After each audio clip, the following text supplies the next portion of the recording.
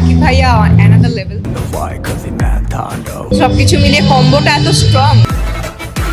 এবার কোরবানি ঈদেও জমজমাট হবে। Welcome to the show. আমার জ্বর সাকিব ভাই অন্য লেভেলের, তার সাথে প্রতিযোগিতা চলে না, বললেন সুন্দরী হাটতরফ নায়িকা পূজাচেরি বলেন, আমি তাণ্ডবের ফোরকাস্টে দেখেছি, আউটস্ট্যান্ডিং হয়েছে।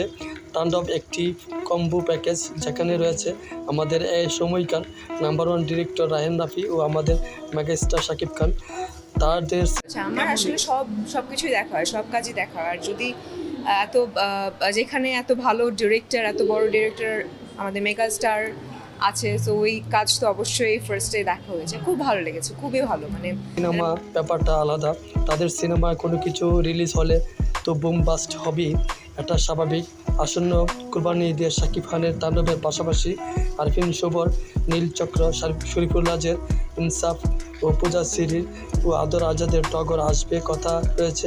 পূজাচেরি তার নিজ সিনেমা নিয়ে বলেন, আমরা শাকিব ভাইয়ের সিনেমার সাথে নোংরা প্রতিযোগিতায় আসতে চাই না, আমরা চাই সুস্থ প্রতিযোগিতায়, এতে করে আমাদের সবার সিনেমার জন্য ভালো। পূজাচেরি আরও বলেন, আমাদের মেগাস্টার শাকিব খানের সিনেমা তাণ্ডবের পাশাপাশি টগরও দেখবেন, এতে করে তাণ্ডবের মতো বড় সিনেমার পাশাপাশি ছোট বাজেটের ছোট সিনেমাগুলো হিট হলে প্রযোজকরা নতুন করে আরও সিনেমা নির্মাণ করবেন, এতে করে আমাদের চলচ্চিত্রের অবস্থা দিন দিন আরও ভালোর দিকে যেতে থাকবে।